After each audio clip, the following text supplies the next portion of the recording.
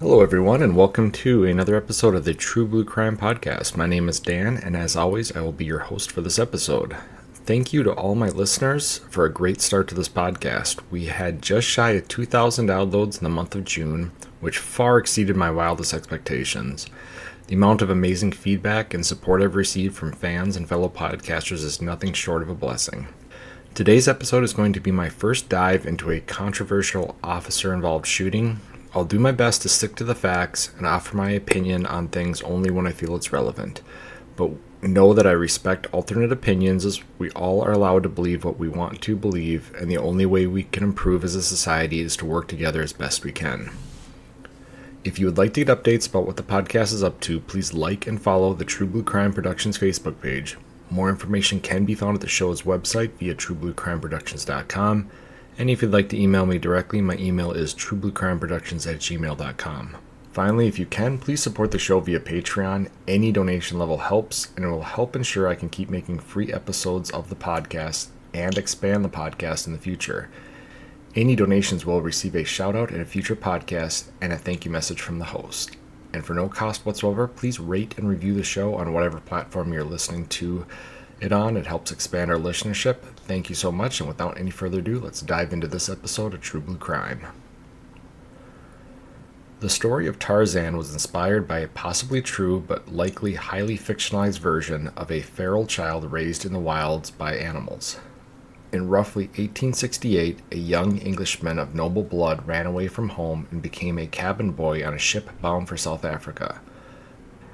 When the ship was wrecked in a storm, he survived by floating on debris until he hit the mainland of Western Africa. Having heard tales of cannibalistic tribes, he sought shelter in the jungle and was taken in by a troop of gorillas that fed him edible plants and grubs. He learned to communicate with them via a primitive form of sign language and lived with the troop for years until he gained the trust of a local tribe of humans. According to his memoirs, he spent 15 years in the jungles of Africa before returning to England and reclaiming his noble standing. While many believe his memoirs themselves are works of fiction, they grew into a fully romanticized story when an avid outdoorsman named Edgar Burroughs published Tarzan of the Apes in 1912. The tale took several liberties to the memoirs, but it became a pop sensation, and since 1918 there have been at least 45 adaptations of the story in cinema alone, to include the very popular 1999 Disney animated version, and as recently as the 2016 movie The Legend of Tarzan. In the 1950s and 60s, there were 16 Tarzan movies released, including Tarzan and the She-Devil and Tarzan and the Slave Girl. My personal favorite title is Tarzan and the Mermaids, which I may have to watch at a Mystery Science Theater 3000 kind of night sometime in the future. With the massive popularity of the movie franchise, it only made sense to adapt it to the small screen as well, and in 1966, a shirtless and muscular Ron Ely was cast to wear Tarzan's loincloth and swing through the jungle and dive off waterfalls. The show would run for 3 years and air 57 episodes on NBC from 1966 to 1968. The star, Ron Ely, had already had some success in Hollywood in both cinema and TV, but his casting as Tarzan solidified his future and landed him several other key and guest roles until he retired from acting in 1994. Other than a guest role in 2001 on a TV show called Sheena, which was a female version of Tarzan, Ron's only other return to acting was playing an Amish elder in the 2014 Lifetime movie Expecting Amish. Now, before we explore the tragedy of today's episode, let's learn more about Ron and his family. Ron Ely was born Ronald Pierce Ely on June 21, 1938. He started in show business in 1958, landing a role in the movie version of the very popular musical South Pacific, and in the Western film The Man Who Walked West. 1 year later, he was on the main billing for his role in the remarkable Mr. Pennypacker. He landed some minor roles in the early 1960s and then auditioned for Tarzan in the mid-60s. Standing 6'4", sporting a handsome face and muscular physique, Ron was the perfect fit to play the roguish and romantic Tarzan. During filming for the show, he refused to allow stuntmen to perform his stunts, and over the course of the almost 60 episodes, he suffered over 24 injuries, including broken bones and lion bites. After Tarzan ended, Ron continued to find work and was casted in many Tarzan spin-offs and Tarzan-like roles, such as his lead role in Doc Savage, The Man of Bronze in 1975. While continuing to find various small roles, he was asked to host the telecast of the Miss America pageant in 1980 and 1981. After hosting the beauty pageant in 1981, he started a relationship with a contestant from Florida named Valerie Ely. Valerie Ely was born in 1957, and at the age of 23, she was working as a flight attendant when she won Miss Airlines International in 1980. She would go on to compete in the Miss Florida pageant in 1981 and won a spot to compete for the title of Miss America that same year. After 3 years of dating, Ron and Valerie married in 1984, and they would have 3 children, daughters Kristen and Caitlin Ely, and son Cameron Ely. While some of the sources say Ron retired from acting in 2001, most of the information out there shows he didn't have many roles between 1994 and 2001. He would later say that he retired so that he could help raise his children, and it appeared he started working from home in 1994 as he published 2 crime novels. In 1994, he published a book called Night Shadows, and in 1995 he published East Beach, a Mystery. Other than a single episode appearance on Sheena in 2001, it appears Ron spent most of the late 90s and the first decade and a half after 2000 doing what he wanted to do in his retirement, which was focus on his family. He would later say he was able to spend this time attending his kids' activities and coaching their sports teams. Most of this story is going to center around his son Cameron, so we'll dive a little into Cameron's background at this point. Cameron inherited his father's height, athleticism, and good looks. At 6'5", he was not only a phenomenal athlete and a highly touted quarterback, he was said to have high intelligence to go along with his physical talent. He spent his final 2 years of high school at Phillips Exeter Academy, a $50,000 a year exclusive boarding school in New Hampshire, and then was accepted in Harvard in 2007. He was recruited to play quarterback for the team and was listed as a top recruit in 2007, but never saw the field and was not listed on any official rosters. Cameron did attend Harvard and graduated with an undergraduate degree in psychology in 2012. Although not much is known about his work or studies after 2012, in 2014, Ron did say all of his children were through school with advanced degrees, so it's possible Cameron did a graduate program somewhere, but the next known fact is that Cameron was granted a security guard license in 2017 by the state of California. On the evening of October 15, 2019, at around 8:15 p.m., a call came into the Santa Barbara County Sheriff's 911 Center. A male caller, later identified as Cameron Ely, who was now 30 years old, called 911 and stated his mother attacked his father and he defended his father and then hung up the phone. The dispatcher tried to call back, and this time Ron Ely answered, but the dispatcher could not understand what Ron was saying. 3 Santa Barbara County Sheriff's deputies were dispatched to the home. And to set the stage, this is not your typical single-family home. The Ely mansion sits on 1.5 acres of fenced-in privacy in an exclusive area of the county.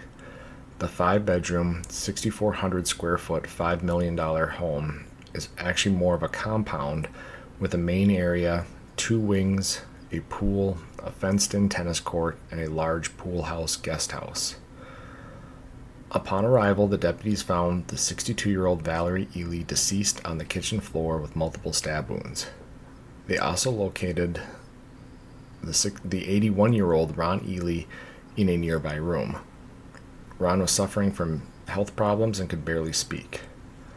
Radio traffic captured deputies saying they have a homicide victim and a man who could hardly talk, and they believed they were looking for a third party involved in the incident.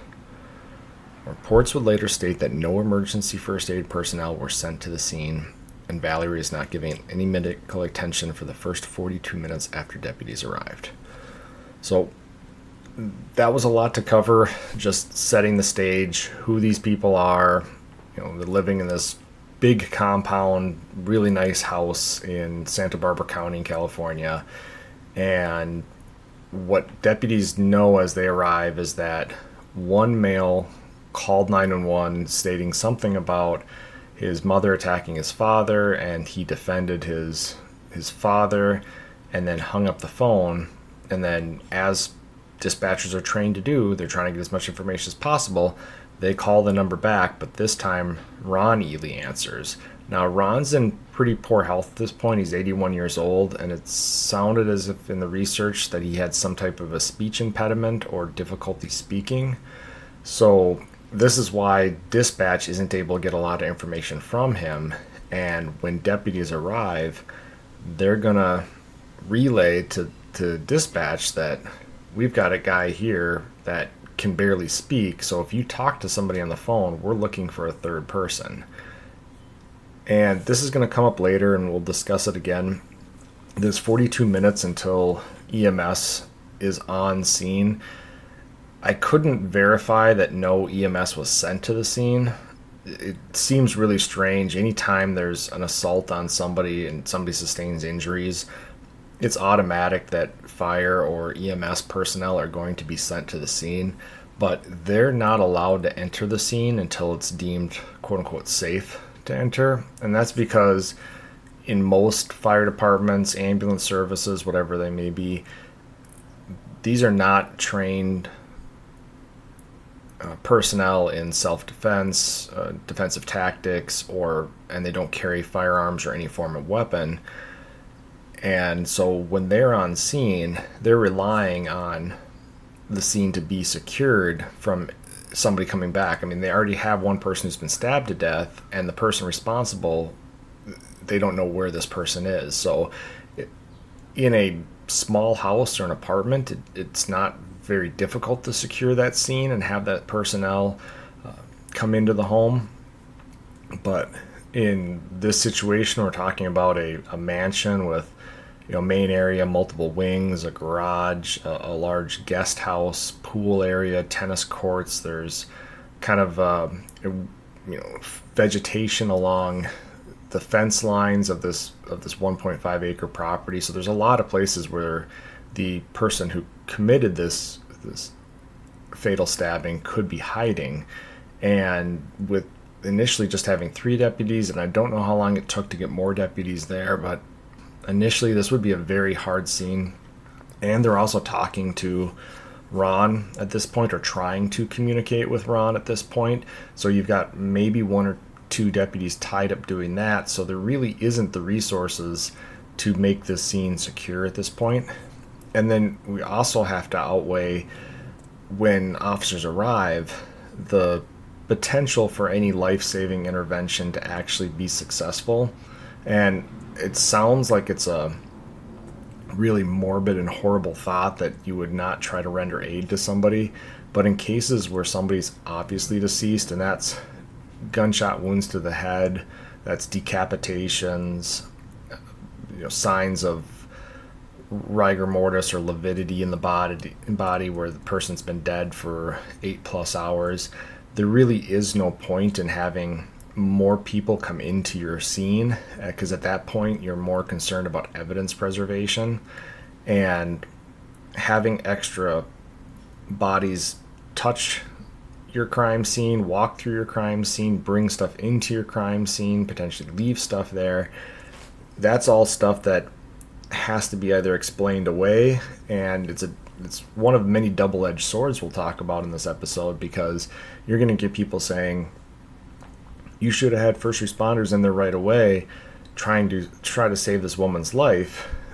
And even if the deputies later verbalized she was beyond help, if something or something happens and something is messed up on the scene, and shoe print is misattributed to somebody that was EMS, or DNA is transferred to something, or whatever it's going to be, then there's questions asked as to why the scene wasn't preserved for evidence better. So it's kind of one of those double-edged swords that, especially in this chaotic type of environment where you have a suspect still at large, decisions have to be made. And sometimes the decisions that are made, especially with hindsight, and that's going to be a huge part of this case as well, when you look at it through hindsight, you can definitely make different judgments on the decisions that were made, but we have to look at it as if you're one of those first three responding officers to this scene, and if Valerie's obviously deceased, your mind immediately is more important for your safety and Ron's safety at that point, because you're also responsible for if this guy comes back and attacks Ron. So not only do you have to have somebody talking with him, you have to have somebody staying with him to provide him security. So introducing a whole bunch of other people you need to provide security for at this point is not a good idea.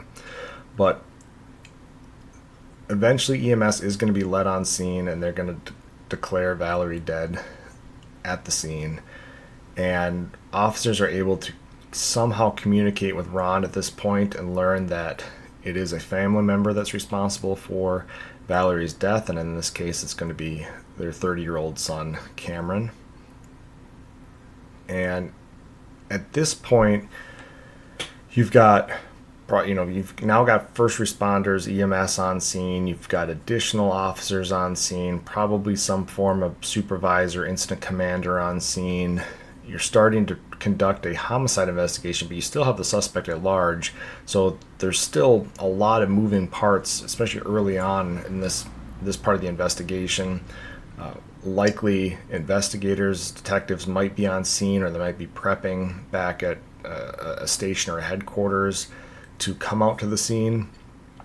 And by prepping, I mean a lot of that time is going to be spent securing things like search warrants, so that anything that is found will be deemed admissible in court, as opposed to wandering through and picking up items of evidence and then later finding out that the courts are not going to allow those in because you didn't have a search warrant. So again, a lot of moving parts at this point.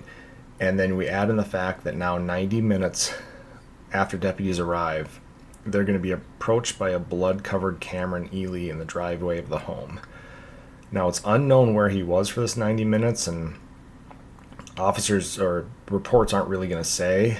Now, when you look at the compound, the pool house is in kind of the far back of the compound, kind of near these tennis courts, and it was described as more of a guest house with a bedroom, bathroom, office, and living room, I want to say, all in it. So this is the size of a regular apartment or single family home at this point alone. And I assume officers searched this, but I don't know if they were able to search everything. And again, we've got that vegetation along the fence lines. He could have been, and this is now past 9 o'clock at night on October, so we're gonna be well into no sunlight. So you got extremely dark areas. I don't know how well lit the yard is. So again, there's many different places that Cameron could have been hiding at this point. And regardless of where he was for this 90 minutes, he's going to approach deputies who order him to a prone position on the ground. And this is a very common thing when somebody walks onto a scene, or even if it's a single officer or multiple officers. The person is least likely to be a threat when they're proned out on the ground. And proned out means they're laying on their stomach on the ground, their feet behind them, and their arms usually out to the side is the classic prone position. And this eliminates their hands from getting underneath their body to reach at any weapons or whatever it may be there.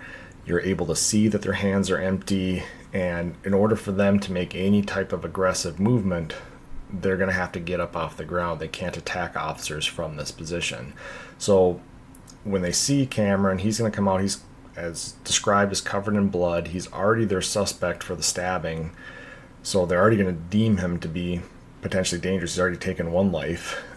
And there is audio exchange of this between the deputies and Cameron, but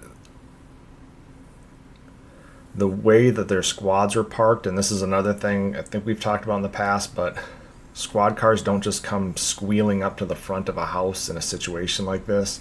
They're usually going to park like a half block away from the house down the road, and approach on foot, because if somebody's waiting to ambush officers, they're likely waiting for a squad car to stop right in front of the house, and then they'll open up on that squad car. Whereas if they can't see where that squad car is, and they have to wait and judge when a single officer walks out in front of the house, that officer has a much better chance to escape, evade, not be shot, whatever it might be. So these officers' cars are parked some distance away, and they have this engagement with Cameron, a verbal engagement with him in the driveway of the house. So there's distance from the mics that they carry on them to the recording devices in the squad cars, and as a result of that, some of the audio is getting picked up, but some of it is just pure static. And as a result, you do hear some of the things that the deputies are going to later put in the reports about telling him to put his hands up and not to move and don't reach for anything. And these are all common commands given to a suspect in one of these situations. But unfortunately, there's also a whole lot of static overlay that just erases all other audio. And there's certain parts in the deputies' reports that are not heard on the audio, which doesn't mean they didn't happen, but it means that there is not proof that they did happen other than the officers' or deputies' words. And it said in there that there was no body cameras, and keep in mind, we're in the time period in law enforcement in 2019 between what we call kind of the Ferguson era and then the George Floyd era, and it really does stink for law enforcement that we have to refer to some of these time periods by these incidents that kind of spark national outrage or whatever it might be, but ultimately they do cause changes in policing, whether it be for the good or the bad. But in the cases of pretty much every department that I know of after George Floyd incident in 2020 went to body cams. There was no holding out anymore at that point. But this is pre that time. It did mention somewhere in there was no body cam footage. It mentioned in there that the equipment they did have was not top of the line equipment, and even in watching one of the squad cam videos, to me the system looked like it was an old VHS system, and I might be wrong about that, but it was just how it looked on the camera recording system. Did not look like a digital recording system. So this might have been a situation where there wasn't money in the budget to increase their technology, and as a result, we don't have clear-cut audio and there's no visual of what the officers are seeing at this time. So we just have to go off what the officers put in their reports, and it's reported that although Cameron initially complied with their orders, at some point he yelled, "I have a gun," and hopped up from the ground. Now some deputies describe this as a kung fu move, and where he took a low, kind of threw himself up from the ground into a low stance and reached for his waistline. And then deputies claim he lunged forward in a forward and upward manner, kind of like a lineman in a football game coming out of his stance. And it was at this point that 4 deputies opened fire, and while reports vary, the majority of sources say that Cameron was shot 22 times, and he was hit in the neck, torso, and arms. Ultimately, Cameron was found to not be in possession of a weapon, and his pockets held a key fob, a phone, a small metal garden hose splitter, a stack of playing cards, small rocks, a bank card, crumbled papers, and an empty small plastic baggie with white powdery residue that tested positive for cocaine. Now, I guess before we get into kind of the investigation at this point, I think it's very important that we break down the actual shooting itself. We haven't done this yet. We haven't talked about it yet. The only officer involved shooting that I can recall that we covered is the North Hollywood shootout, and that was far from what was going on in this instance. So when we talk about shootings and going forward, if I cover more cases like this, there's some things that as law enforcement officers we're taught, we're trained, it's explained to us in both before you start the job and as you start the job and as you continue to work the job, that these critical incidents, these officer involved shootings are constantly coming under more and more studies, and we are learning more and more things about the psychology and physiology of these events. And there's a lot that's going on in this very short amount of time in a critical incident. We're talking about likely from the time that he changed positions from a prone position to standing to lunging at officers to then the shots being fired, maybe on the long end would be 5 seconds of time. And that doesn't sound like a lot of time, but there is a lot going on in that 5 seconds in terms of what's going on with Cameron himself, the officers' reactions, and everything. So we're going to kind of break it down here as the seconds before, during, and after critical incident. So even before Cameron is going to just hop up and lunge at officers already have additional chemicals going through their body produced by their brain, such as adrenaline, that is preparing them for what is going to come.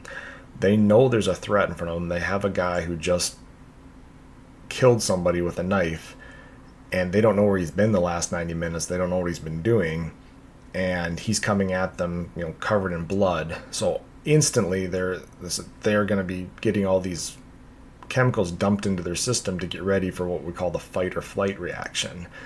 And the result of this is that it's going to pump a lot of extra, I guess strength is the way to put it, into certain senses and dull other senses, because when the threat is right in front of you, your body realizes that that's the most important thing at that moment. And so oftentimes officers get what's called tunnel vision, and that's where all of their peripheral vision disappears, and all they see is a path in front of them referred to as the tunnel, and that's all that they see. So they're not going to see things to the right or the left of them. They're not going to see what their other partners are doing or other people are doing or whatever it might be. They're going to just see, this roughly 10 foot by 10 foot area right in front of them that forms this tunnel. And as a result, it's also going to drop a lot of senses that we don't particularly feel like we need at that moment. And sometimes this results in things such as hearing loss, where officers afterwards will tell you that they didn't hear anything, even though everybody else off in the distance heard everything crystal clear that wasn't involved in the incident. They can tell you exactly what they heard or what was said or what it might be. And the officers who actually were involved directly with this incident can tell you the last thing they heard and then the next thing they heard. And oftentimes it's after the kind of the ringing sound of the gunshots leaves your ears. That might be the first time they're actually hearing something as somebody grabs their attention or whatever it might be. So the brain isn't worried about remembering anything that's happening at this point, because it is, again, focused every ounce of energy and sensory and everything like that into the issue at hand right in front of these officers. So it's dumped every amount of processing power in the brain into dealing with what is directly in front of that person. And as a result, things like short-term memory loss will occur, where afterwards officers will get asked questions. How many rounds did you fire at the suspect? And they'll either not even know, or they'll just make an assumption. I don't know, like 2 or 3. And in reality, between the loss of hearing, the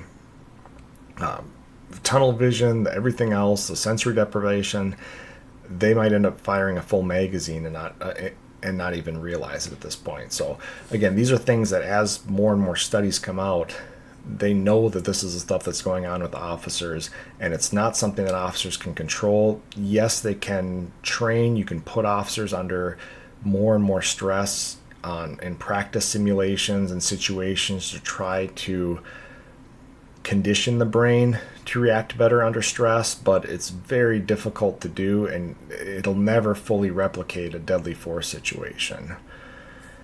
And we also have kind of more of an extended time period too on this shooting, because I mentioned that Cameron was hit in the neck, torso, and arms. And despite what you see on TV, and I know I say that a lot, but despite what you see on the TV and the movies, there's only two incapacitating shots in any shooting situation, and that's if there's severe damage to the spinal cord slash brainstem or the brain itself. And that's the only way to get that immediate knockout situation. When you hit somebody in the torso, there's enough blood running through the system. Even if you hit them in the heart or the aorta or anything like that, it's going to take them roughly 30 seconds to lose enough blood to the point that they lose consciousness. There's still enough oxygen reaching the cells. The blood that is still existing in the system will keep the brain supplied and everything like that for, even on a massive damage to the heart or aorta, for 30 seconds or so before they drop. So as I mentioned, all the stuff that's going on in 5 seconds, now extend that to somebody can still fight for roughly 30 seconds after they've been hit in the chest. So again, none of these shots, from what I'm hearing, unless one of the ones in the neck actually ended up in the brainstem area, meant that Cameron wasn't able to continue to pose a threat. And then we add on top of it, he did have that baggie of cocaine in his pocket, and ultimately we're going to talk about the toxicology says, and there are drugs in his system in the toxicology.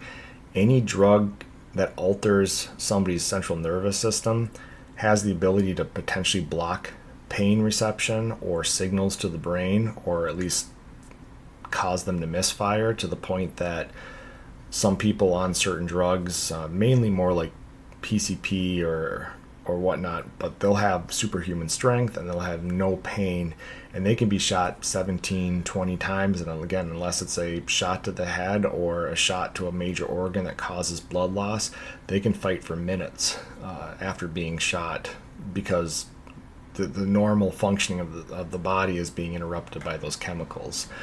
So there's a lot going on, again, in this short amount of time, that officers are shooting Cameron and hitting him 22 times.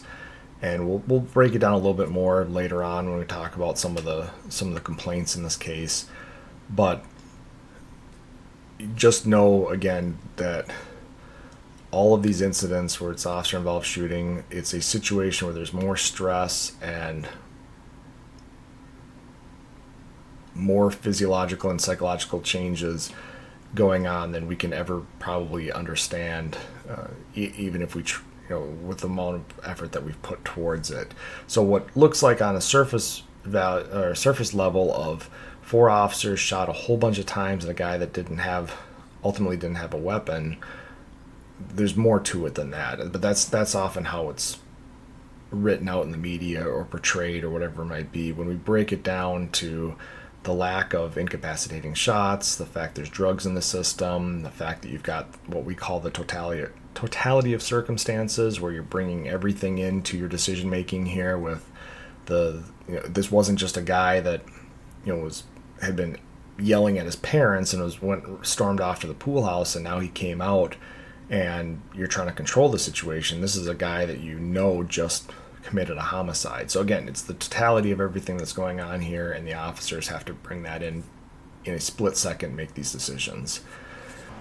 So with Cameron deceased, investigators would conduct their investigation and quickly learned from Ron that a family member was responsible for the attack, and they determined that Cameron attacked his mother, fatally stabbing with her knife. So they actually had that figured out before the incident with Cameron, or at least mostly figured out before that. But as for motive, there's going to be some things we'll talk about a little bit later, but as for why things happened, I guess not just motive, but how it kind of went down, it's possible they believe that Cameron may have had some type of intention to blame his father for the attack, and it doesn't make a lot of sense given his father's health condition, and I don't think it was ever part of his plan to blame his mother for attacking his father and him defending his father, because that seemed to kind of quickly fall apart as he hung up the phone and ran off.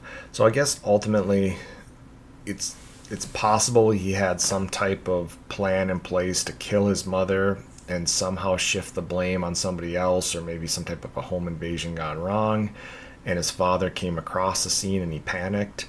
or he didn't think his father would hear or be able to make it to the kitchen, and he did. So again, how everything went down is still a question, mainly because both the victim and now the suspect of the homicide, the only two people that we know that were around at the exact time of the homicide, are both deceased at this point. Now, one report stated that Cameron had injuries prior to the officer-involved shooting, but it's unclear if these would be injuries sustained in a knife attack. And it said that he had lacerations and bruises. And one thing people don't often take into account is that a lot of spur-of-the-moment homicidal attacks involving knives, they occur in the kitchen, and they occur as somebody grabs a kitchen knife. And a kitchen knife is made for cutting, it's made for stabbing, and it does work to end somebody's life or seriously injure them. But what they're not designed for is, this hand-to-hand combat.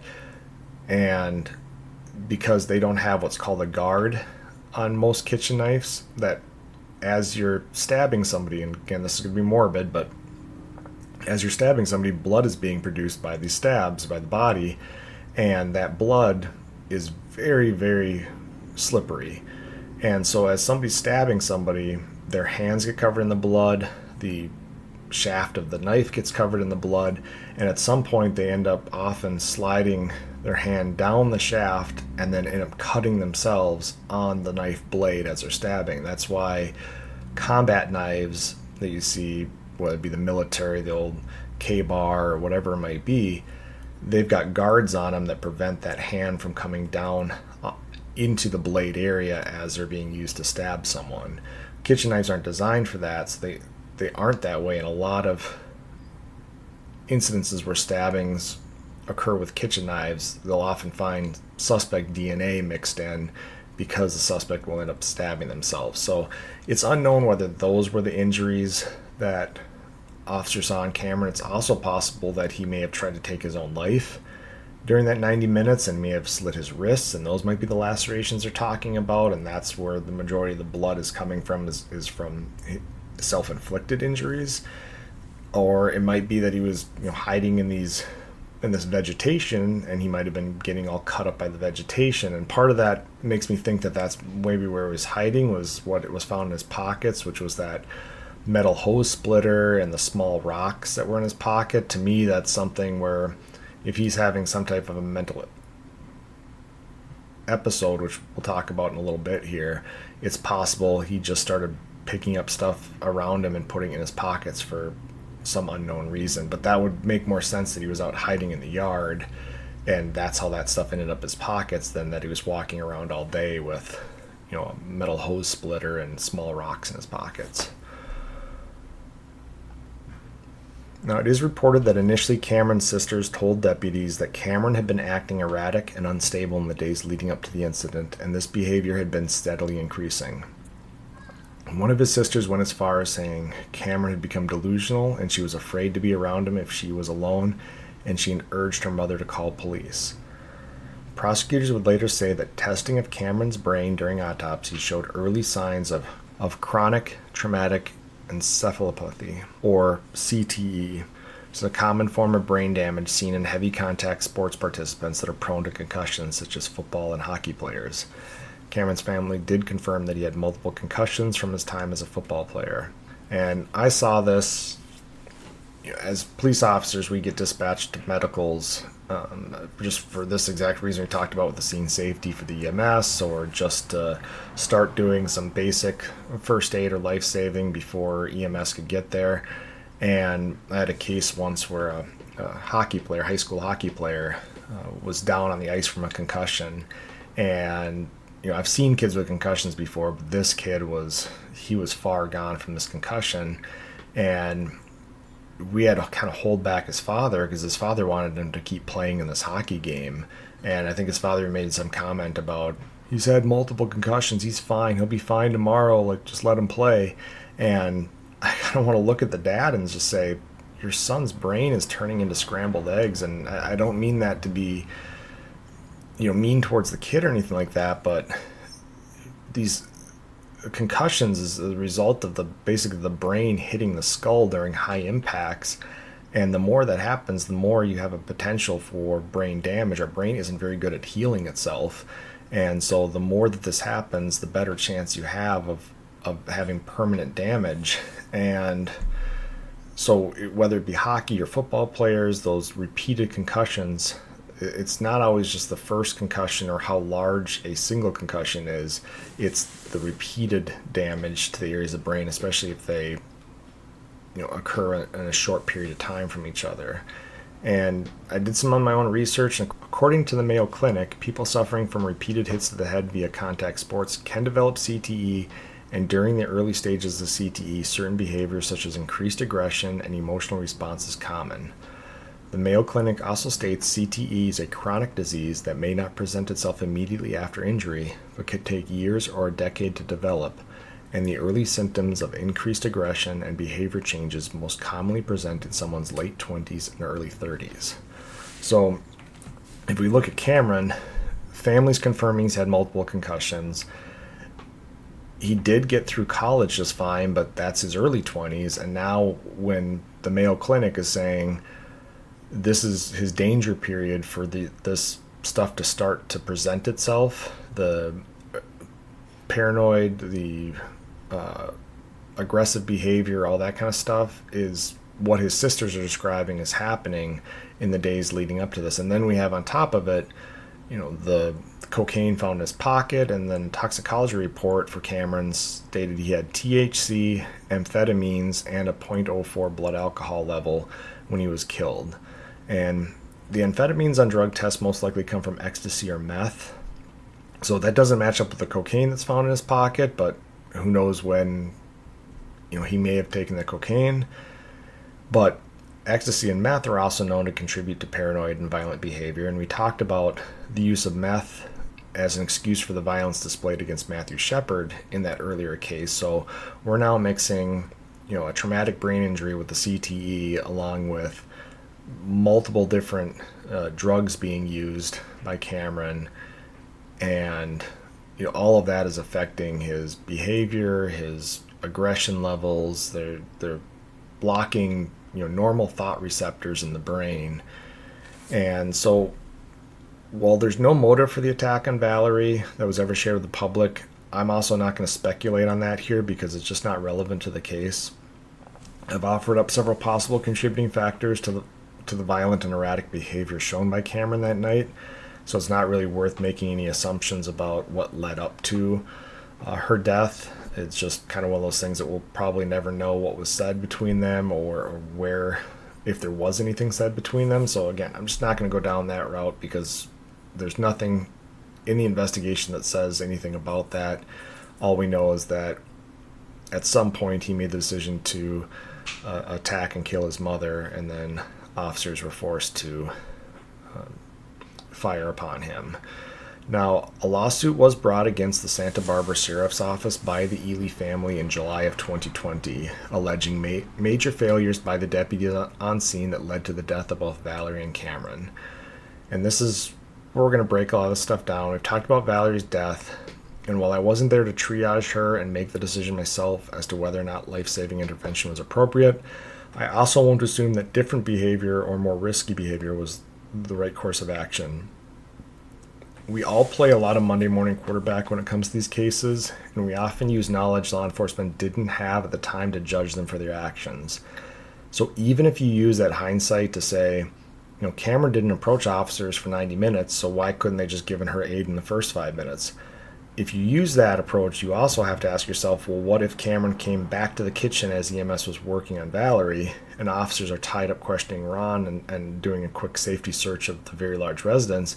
Then everybody's going to be saying, why did they let EMS get attacked or killed? And they should have not had him on the scene in the first place, especially if she was beyond help. So it's one of those, you can't look at the situation afterwards and say, why didn't they do something differently when they didn't know what was going to happen? Because at the same time, you can say, well, what if something that didn't happen did happen? What would your response be about that behavior at that point? So it's that double-edged sword. It's the darned if you do, darned if you don't that law enforcement runs into, and sometimes you just have to make this decision that's the safest for everybody. And I think that's what they did in this case, was not allow EMS on there until they had enough deputies to make sure the scene was completely safe. And likely the fact that she was declared dead on arrival by EMS means that she was probably dead on arrival when the deputies got there. So there wasn't really it was one of those high risk, low reward situations of bringing in EMS right away, as opposed to just doing the low risk, probably no reward situation of just leaving the body there. And speaking of the body, the lawsuit also pointed out that the bodies were left in the home overnight and should have been removed earlier. But here again, we run into that double-edged sword.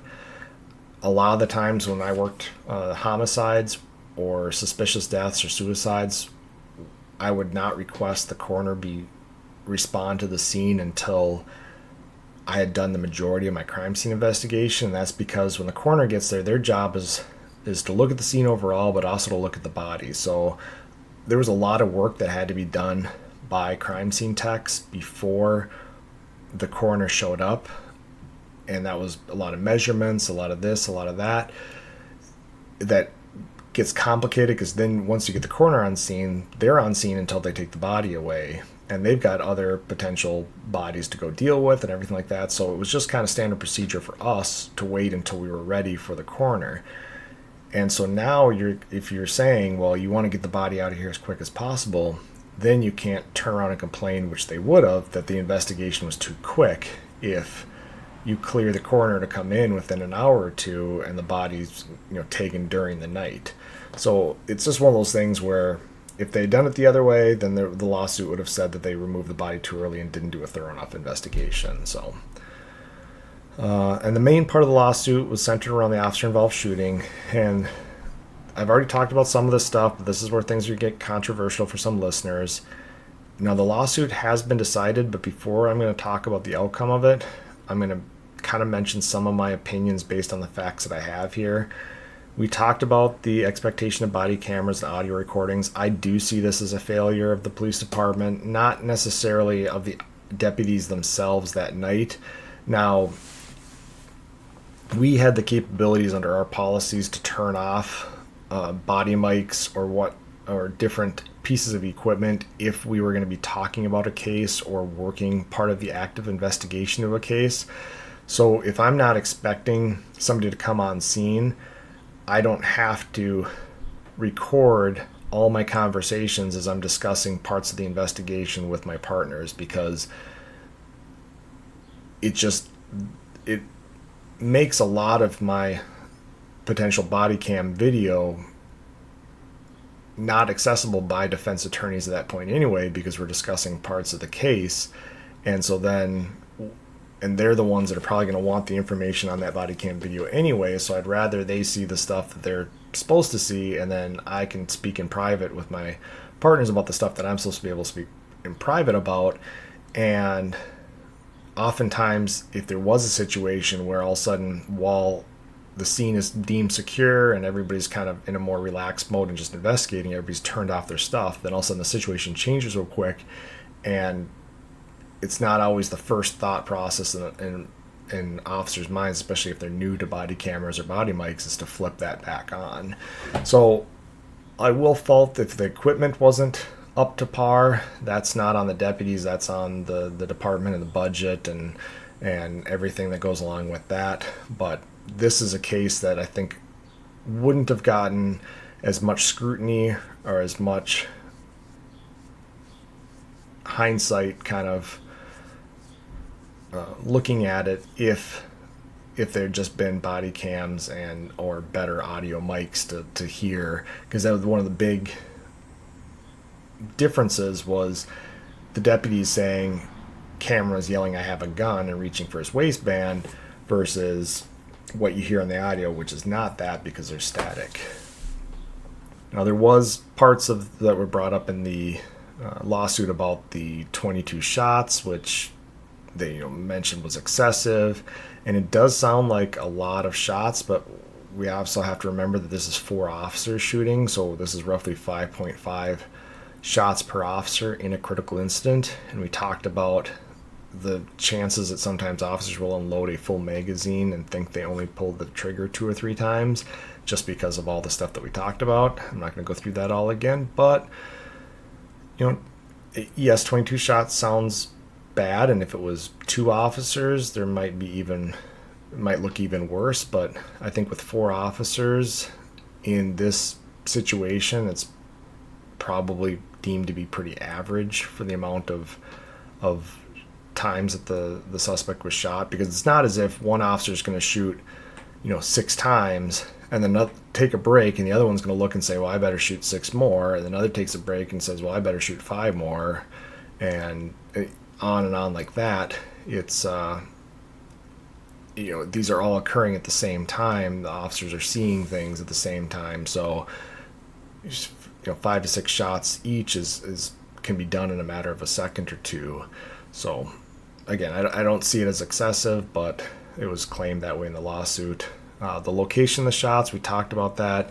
Now, there was a lot of talk about Cameron being shot in the back, and this, I think, goes again back to the survivability. How long was Cameron alive when these shots are occurring? What we often see with shootings in the back, I know there was one in Milwaukee several years ago that was all into question, and there's a lot of research that was done into this. And when a suspect's running away or turned away from an officer, I should say, with their back to the officer, they can turn, just from the hip, point a gun at the officer and turn back around. And in the officer's reaction time to either draw, or even if he's already drawn his weapon, he or she might fire as that suspect then turns around and starts to run, and they're still reacting to the initial threat.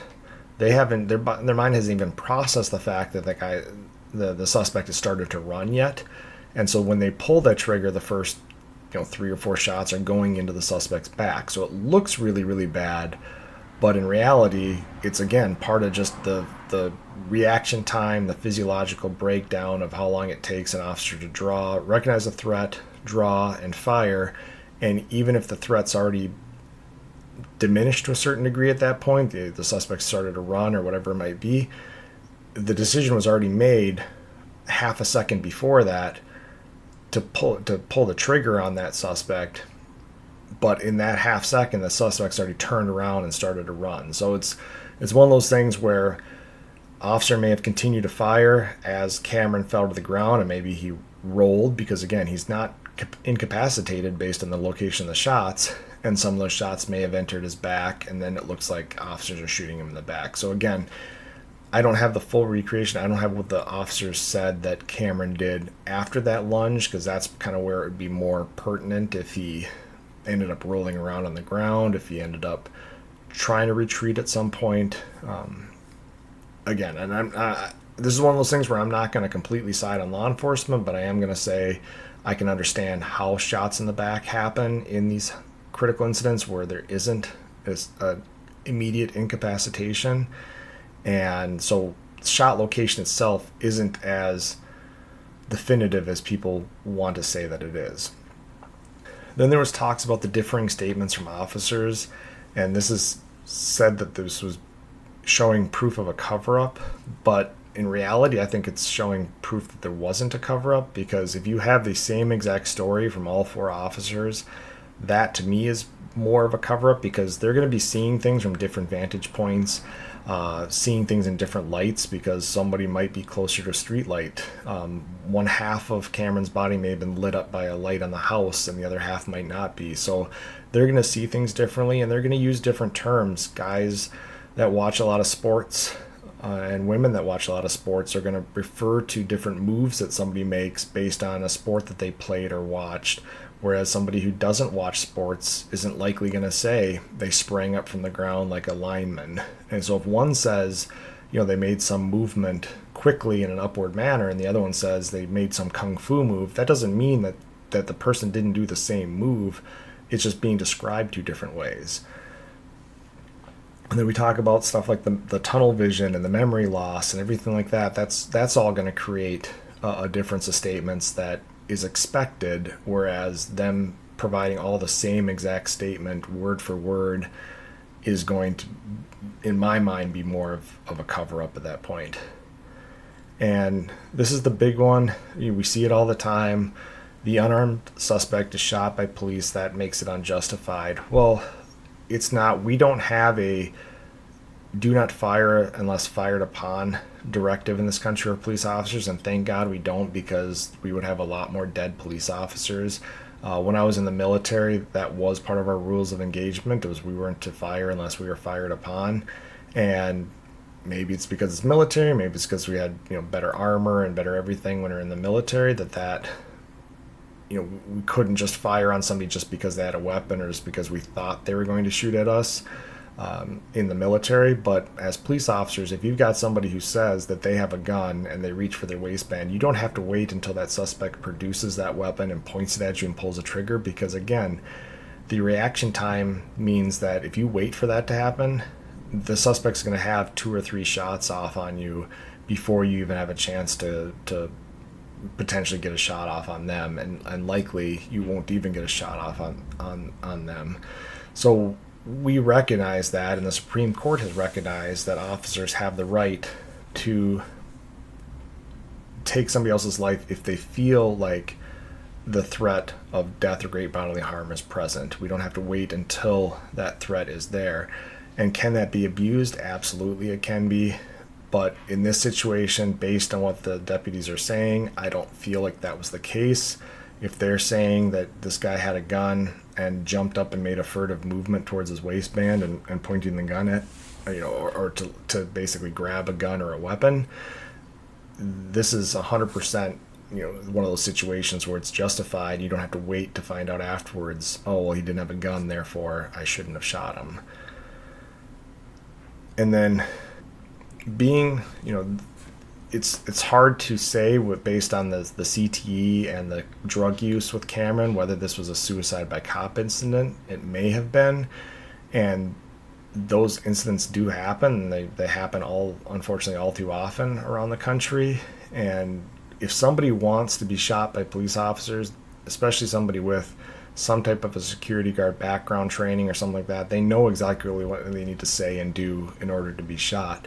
And officers don't have much of a choice. They can't roll the dice and hope that the person is only doing suicide by cop and isn't actually trying to shoot them. And so oftentimes these unarmed suicide by cop situations, it doesn't make it unjustified just because they're not armed. And I say all that because unless you've been in critical incidents or deadly force situations, it's really easy to Monday morning quarterback with full 20/20 hindsight and say, well, Cameron Ely shouldn't have been shot. And in that case, I would agree. If all officers had the advantage of 20/20 hindsight and Monday morning quarterbacks before incidents, if you could tell me that Cameron did not have a gun and officers knew he did not have a gun and they shot him anyway, that's 100% going to change my opinion on the shooting. But that's not the case, and likely these 4 officers are now going to have to live with the fact that they took somebody's life who was unarmed, and that's something that none of them want to deal with.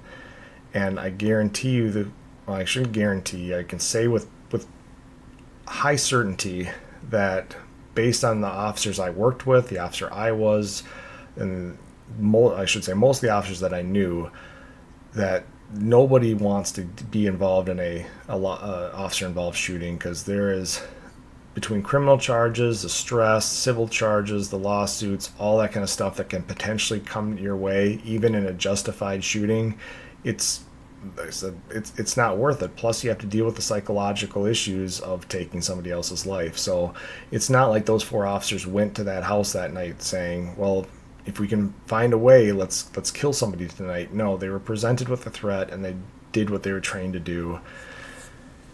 And now they're going to have to live with it the rest of their life. And the final point with the unarmed thing is, I used to tell people, anytime a police officer comes across another person, there's always one gun involved. And people kind of went, what? Like, you mean everybody carries a gun? No, the police officer has a gun.